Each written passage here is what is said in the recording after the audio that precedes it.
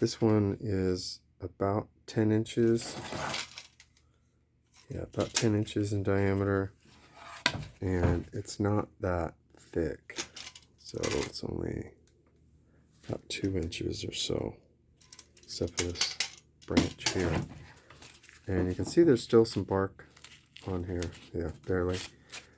So I'll probably just chip all of that off. But this eucalyptus cracks like crazy. So obviously tons of figure in here, but these cracks go really, really deep.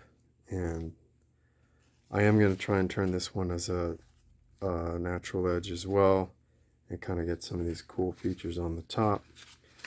So I need to make sure that the bottom is not going to just explode. So I'm definitely going to do a stabilizing on this one as well to get that to seep in as much as possible, to make sure that I can get enough material that's strong enough to give me a foot and probably a tenon. I don't think I'm going to risk a recess on this severely weathered wood. So we'll get that epoxy mixed up and start that process. And look at this stuff right here. Like this swirly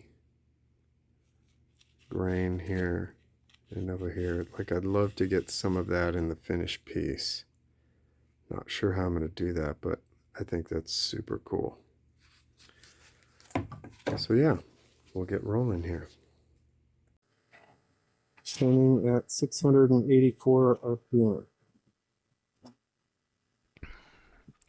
So I ended up not using the worm screw. I drilled a recess and used my easy reach jaws, and that was a much better mounting method. It was a more secure. The worm screw didn't bite because this wood is hard yet crumbly, so it wasn't really safe, and I didn't think a drive spur was going to work either. So this worked out pretty good. And what I'm doing here is just doing a small corner work just to try and get it round in the major areas. And then I'm barely going to taper it up just so that it sits off of the table a little bit and you can just get your fingers under it to pick it up. So I'm not going to do a huge amount of shaping on the outside, just enough to get a foot and taper the bottom up away from the foot.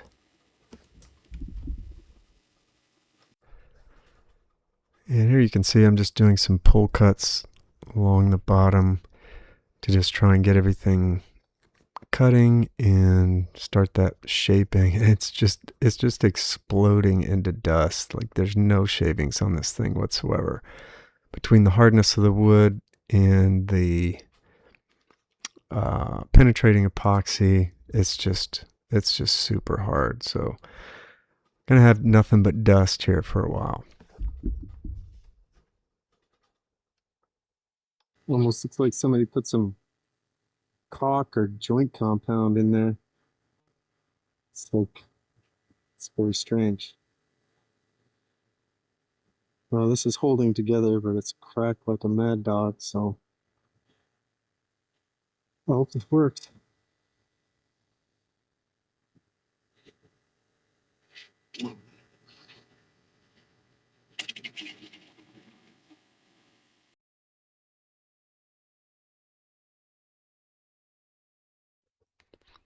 After cutting on this for a little bit, I found the wood to be super hard and strong, and the epoxy just helped it, so I decided to go with a decently wide foot and a recess for my chuck. So there's not a whole lot of shaping left here I'm going to do. Because I want to keep most of that rim intact. And what I did here was I got my tool rest parallel to the angle that I'm going to cut up away from the base, so that I ensure I'm not going too deep or going off on any crazy curves that I'm not intending. So I'm just going to use that as a guide and slowly whittle away. And the goal is to get it so that there's just enough height of the farthest rim to get your fingers off of and pick it up off of the table. Super dusty though. This is cool. Okay. I'm gonna do maybe one more pass there.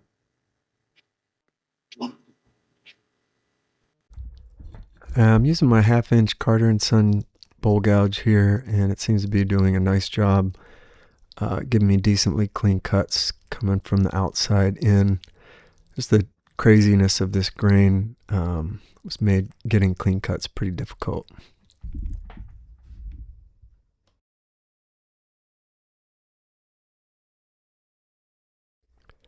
So I'm just going to refine the base here with a little angle on that foot and then do some scraping.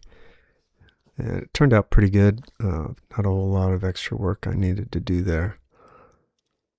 And then once I got that done, I'll move on to the base and kind of clean that up and get a recess in there that will work for me.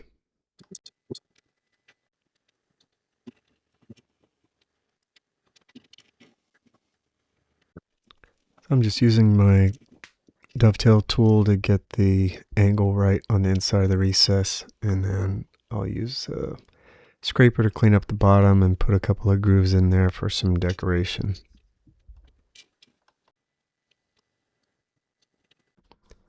So I got everything pretty much squared away, but I looked at it a little closer and decided I wanted to angle it up just a touch more so that you'd be easily able to get your fingers underneath the rim to pick it up off of a table or surface. So just a final little cleanup.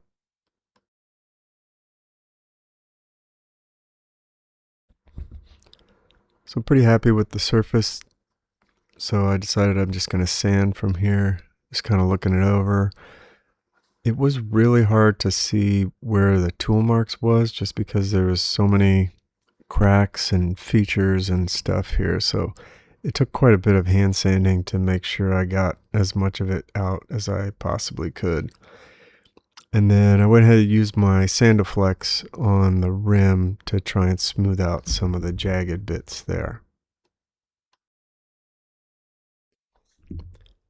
Got the outside or the bottom all cleaned up and ready for finish, and flipped it around using the recess to hold it. And I wanted to go with this circular tool rest because of the protrusion that kind of looks like a velociraptor.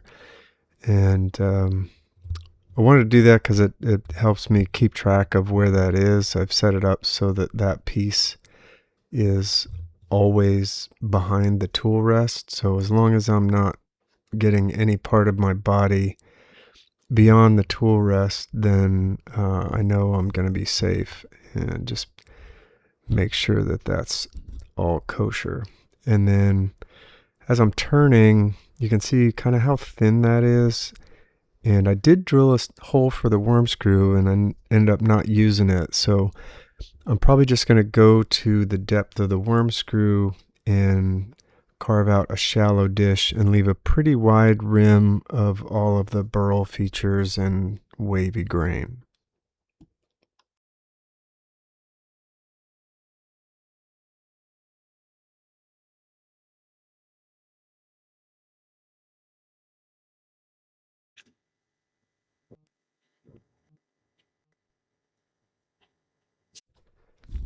You can see here how I'm using this tool rest to try and make sure I'm safe.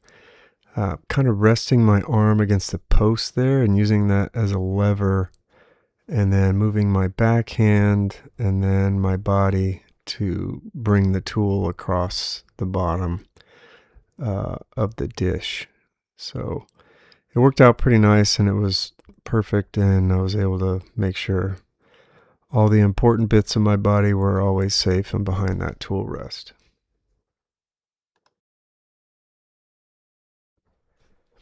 So after a few cuts, working my way towards the outside, I decide where I want to stop because of that feature that sticks up. I really kind of like that.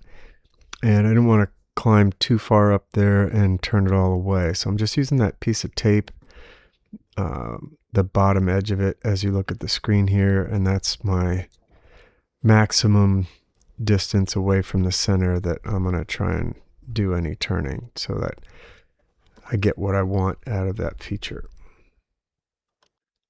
So once I have that outer rim of the bowl shape in the piece, I just kind of work my way down towards the depth that I wanted to. And you'll see in a second here when I switch cameras what that's starting to look like.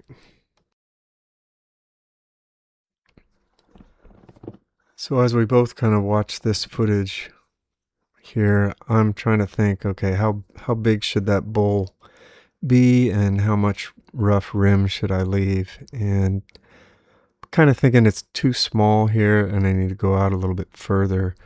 So that's what I decided to do, is kind of make that a little more even. It still would be a little bit uneven, but it definitely needed to be a little bit bigger. Something I try to do when I'm trying to decide what kind of shape to end with, if I have a really odd piece like this, is to just get down on the ground and get my eyeballs level with the middle of the bowl and try and see it as if it's sitting on a table. And I find it's easier to get the proportions figured out when I get everything kind of lined up like that. After I did my inspection, I decided I was happy with the shape, and about 3/4 of the rim is pretty even outside of the inner bowl shape. I think that looks pretty nice. And then the big dinosaur, like that whole end is a little bit bigger, so I think it looks okay. Actually, I think it looks pretty cool. But then I'm just picking up my super beefy bowl scraper. It's 1.5 inches wide and I think 1/2 inch thick. Really beefy, and for something like this that's super hard and kind of out of balance, it keeps me from getting beat up and get a pretty smooth cut. There we go. Perfect.